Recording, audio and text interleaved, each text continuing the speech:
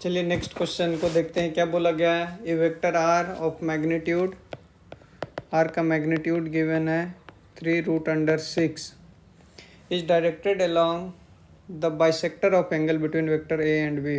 Vector a और b के bisector of angle, तो बाइसेक्टर दो पॉसिबल हो सकते हैं, एक इंटरनल हो सकता है और एक अगर दोनों का देखें तो एक्सटर्नल हो सकता है। तो internal angle bisector we know that internal angle bisector, internal bisector जो होगा वो A cap plus B cap के अलॉन्ग होगा और वही एक्सटर्नल बाइसेक्टर जो होता है वो A cap minus B cap के अलॉन्ग होता है।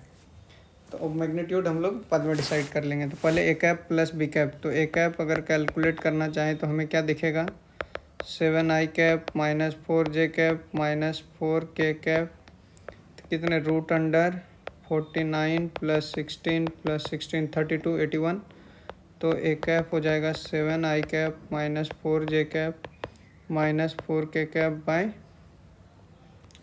ये कितने हो जाएंगे 81, तो 9 हो जाएगा।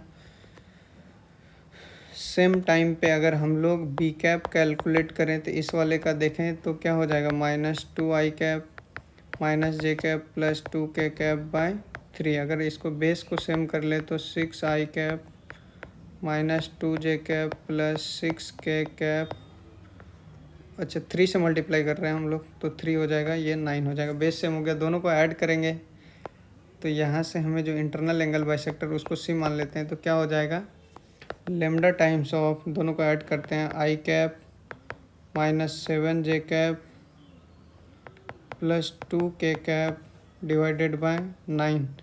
अगर इसका मॉडुलस कैलकुलेट करें तो क्या हो जाएगा lambda times √1 plus 49 plus 4 divided by 9। तो यहाँ से ये कितना था 3√6 मीन्स ये 54, तो 3√6 बाय 9, तो ये cancel out, lambda is equal to 9 से मल्टीप्लाई करेंगे तो ultimately i cap minus 7j cap plus 2k cap, ये तो दिखेगा ही i cap minus 2j cap